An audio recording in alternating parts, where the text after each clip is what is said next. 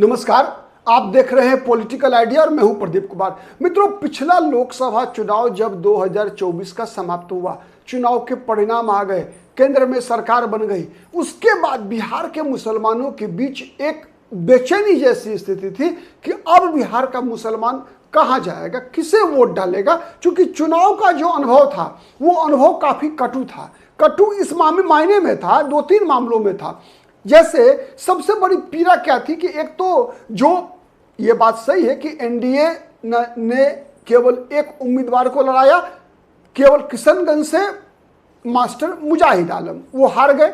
तो एनडीए से शिकायत भी नहीं थी मुसलमानों की, क्योंकि जिस गठबंधन में बीजेपी होती है उस गठबंधन से शिकायत भी नहीं होती, इसलिए कि मुसलमानों का वोट ही नहीं मिलता उसको। हाँ, जनता दल यूनाइटेड को के प्रति मुसलमानों की सहानुभूति होती है, वो व्यक्तिगत नीतीश कुमार के कारण होती है। नीतीश कुमार ने जिस प्रकार से मुसलमानों के हित में सरकार में बीजेपी के साथ रहते हुए भी काम किया, इसके लिए मुस्लिम समुदाय लगातार नीतीश कुमार की प्रशंसा करती है। लेकिन मुसलमानों की अपेक्षा कहाँ होती है? अपेक्षा होती है भारतीय जनता पार्टी के विरोधी गठबंधन, जो महागठबंधन या इंडिया अलायंस कह लीजिए, उस अलायंस से। और बिहार में चूंकि उस अलायंस का सबसे बड़ा दल और सबसे बड़ा नेता राष्ट्रीय जनता दल और उसके नेता तेजस्वी प्रसाद यादव है, तो जो कुछ भी ग्रीवांसेज मतलब अपेक्षा और शिकायत, ये दोनों चीजें होती है अगर किसी से, तो वो राष्ट्रीय जनता दल और तेजस्वी प्रसाद यादव से ही होती है। और पिछला चुनाव का अनुभव क्या रहा? पिछला चुनाव का अनुभव मुसलमानों का बुरा रहा। इसलिए बुरा रहा कि राष्ट्रीय एनडीए से तो एक भी मुस्लिम उम्मीदवार चुनाव जीतकर दिल्ली पहुंचे नहीं, एक भी नहीं जीते। एक को ही टिकट मिला था किशनगंज में, जो चुनाव हार गए। कांग्रेस पार्टी से दो मुसलमानों को टिकट मिला था, दोनों लोकसभा जीतकर पहुंचे। किशनगंज से डॉक्टर जावेद और कटिहार से तारिक अनवर। लेकिन राष्ट्रीय जनता दल ने मात्र दो मुसलमान उम्मीदवार को टिकट दिया था। ये मुसलमानों का टिकट वितरण के समय ही मुसलमानों का एक तरह से चेहरा उतर गया था, यह जानकर कि राष्ट्रीय जनता दल ने मात्र दो मुस्लिम उम्मीदवार को टिकट दिया। लेकिन मरता क्या नहीं करता वाली स्थिति थी।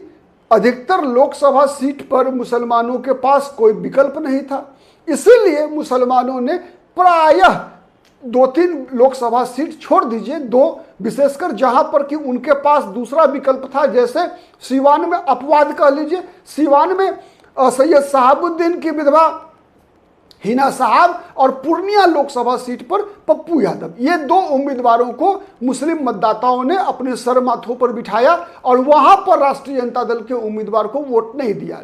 लेकिन शेष और जितने जगहों पर राष्ट्रीय जनता दल या उसके सहयोगी दल के उम्मीदवार थे, हर जगह मुसलमानों ने भरपूर छिट्टा भर भर कर वोट दिया। और ठीक है कि उसका फायदा तेजस्वी यादव को केवल मगध और शाहाबाद के इलाके में मिला, उत्तर बिहार में नहीं मिला। लेकिन जो भी वोट मिला उसमें सबसे बड़ी संख्या अगर किसी एक वर्ग की थी तो वो मुस्लिम समुदाय ही था। लेकिन मुसलमानों को दर्द इससे ज्यादा मिला। आरजेडी नहीं जीत पाई, इसका दर्द कम हुआ।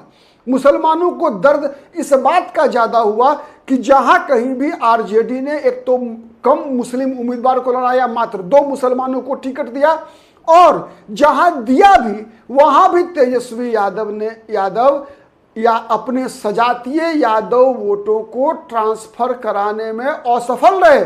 चाहे वो अररिया लोकसभा सीट हो, चाहे वो मधुबनी लोकसभा सीट हो, तेजस्वी यादव के जाति के लोगों ने ही आरजेडी के मुस्लिम उम्मीदवार को वोट नहीं दिया। इसीलिए जिन दो को तेजस्वी यादव ने उम्मीदवार भी बनाया, वो दो भी चुनाव नहीं जीत पाए, हार गए। परिणाम क्या हुआ? परिणाम हुआ कि लोकसभा में इस बार भी मात्र दो मुस्लिम सांसद चुनाव जीतकर बिहार से पहुंचे, वो दोनों के दोनों कांग्रेस पार्टी से। मतलब रेस से जनता दल यूनाइटेड, नीतीश कुमार की पार्टी इसलिए बाहर हो गई कि नीतीश कुमार बीजेपी के साथ चले गए। नीतीश कुमार को वोट देने का मतलब बीजेपी को वोट देना था, इसीलिए मुसलमानों ने नीतीश कुमार को वोट नहीं दिया।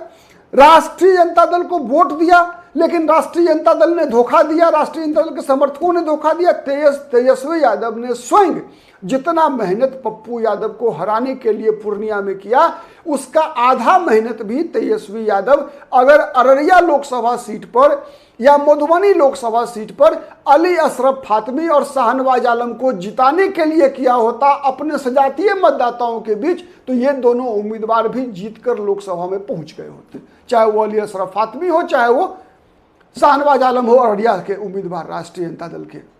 लेकिन ऐसा तो हुआ नहीं। तेजस्वी यादव तो लगे हुए थे पप्पू यादव को हराने में, बीमा भारती को जिताने में, मीसा भारती को जिताने में, रोहिणी आचार्य को जिताने में लगे हुए थे। लेकिन अपने जिसे MY में M पहले आता है, Y बाद में आता है, M की संख्या ज्यादा बड़ी है, Y की संख्या उससे कम है, लेकिन फिर भी M से वोट तो लिया, लेकिन M को वोट दिया नहीं Y ने। तो ये शिकायत थी मुसलमानों की, इसलिए मुसलमान निराश था राष्ट्रीय जनता दल से भी। फिर उसके बाद एक नई पार्टी आती है, प्रशांत किशोर की पार्टी जनसुराज बनकर आती है। प्रशांत किशोर पूरे तामझाम के साथ मुसलमानों के बीच जाते भी हैं और एक ही सवाल करते हैं कि आप तो एक तरफा आंख मूंद कर तेजस्वी या लालू यादव के बेटा को मुख्यमंत्री बनाने के लिए वोट डालते हैं, बदले में आपको क्या मिलता है? मुसलमानों के पास कोई जवाब नहीं होता कि तेजस्वी यादव मुख्यमंत्री बनेगा। फिर प्रशांत किशोर कहते हैं कि हम 18% आपकी आबादी के अनुसार टिकट बांटेंगे, मतलब लगभग 40 से 45 सीटें देंगे विधानसभा चुनाव में लड़ने के लिए। मुसलमान खुश होते हैं, एक भरोसा जगता है। परिणाम क्या हुआ? 4 सीटों पर जो बिहार में उपचुनाव हुआ,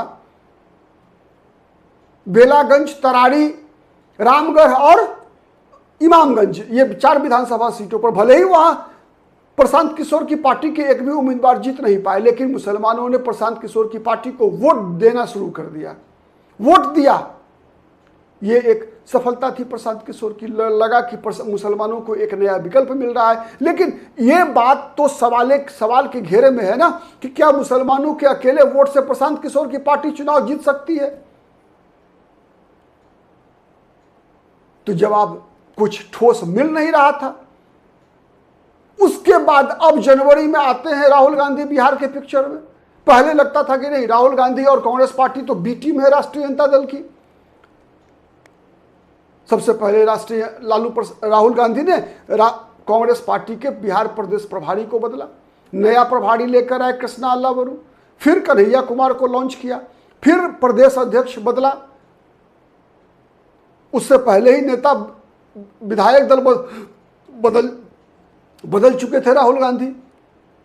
और जिस प्रकार से राहुल गांधी बिहार की राजनीति में लगातार 5 महीने से सक्रिय हैं, मुसलमानों के पास जो विकल्पहीनता थी, जो मजबूरी में प्रशांत किशोर की तरफ देख रहा था मुस्लिम मतदाता समूह, वो अब कांग्रेस के साथ लौटता हुआ दिख रहा है। उसका एक और सबसे बड़ा कारण है, क्योंकि मुस्लिम मतदाताओं को यह पता है कि दिल्ली की राजनीति में, केंद्र की राजनीति में बिहार में तो कोई मुख्यमंत्री बने, नीतीश कुमार बने या तेजस्वी यादव बने, मुसलमानों को अंतर नहीं पड़ता है। मुस्लिम मतदाताओं को अंतर पड़ता है दिल्ली में नरेंद्र मोदी की मौजूदगी से। नरेंद्र मोदी एक तरह से कह सकते हैं कि नापसंदगी नंबर 1। तो नरेंद्र मोदी को चुनौती चूंकि राहुल गांधी दे रहे हैं, और राहुल गांधी बिहार की राजनीति में अब अपने पार्टी को किसी की बी टीम कहलाना पसंद नहीं कर रहे हैं। इसीलिए मुझे लगता है कि मुस्लिम मतदाताओं के समक्ष जो विकल्पहीनता थी, मुस्लिम मतदाताओं को अगर राहुल गांधी एक टीम के रूप में बिहार की राजनीति में सक्रिय रहते हैं, कांग्रेस एक्टिवेट होती है, तो कम से कम मुस्लिम मतदाताओं के पास जो ये विकल्पहीनता की स्थिति है कि दलित, मुस्लिम, ईबीसी और जो कांग्रेस पार्टी के जो पुराने मतदाता समूह हैं, इनको मिलाकर एक ऐसा विकल्प जिसमें मुस्लिम मतदाता अपने आप को, अपनी आवाज मिला पाएगा उस गठबंधन में, उसकी भावना का कदर होगा, ऐसा भरोसा राहुल गांधी की गतिविधियों से मुस्लिम मतदाताओं को मिलता हुआ दिख रहा है। चुनाव में क्या होगा, परिणाम क्या होगा, मुझे नहीं पता, लेकिन एक भरोसा जगता हुआ मुस्लिम मतदाताओं में दिख रहा है। ये एक परिवर्तन है, ये एक संकेत है। अगले चुनाव में क्या होना है वो तो ईवीएम जब खुलेगा तो मालूम होगा, लेकिन एक विकल्पहीनता समाप्त हुई है। आज के लिए इतना ही। बहुत बहुत धन्यवाद। नमस्कार। जय हिंद, जय भारत।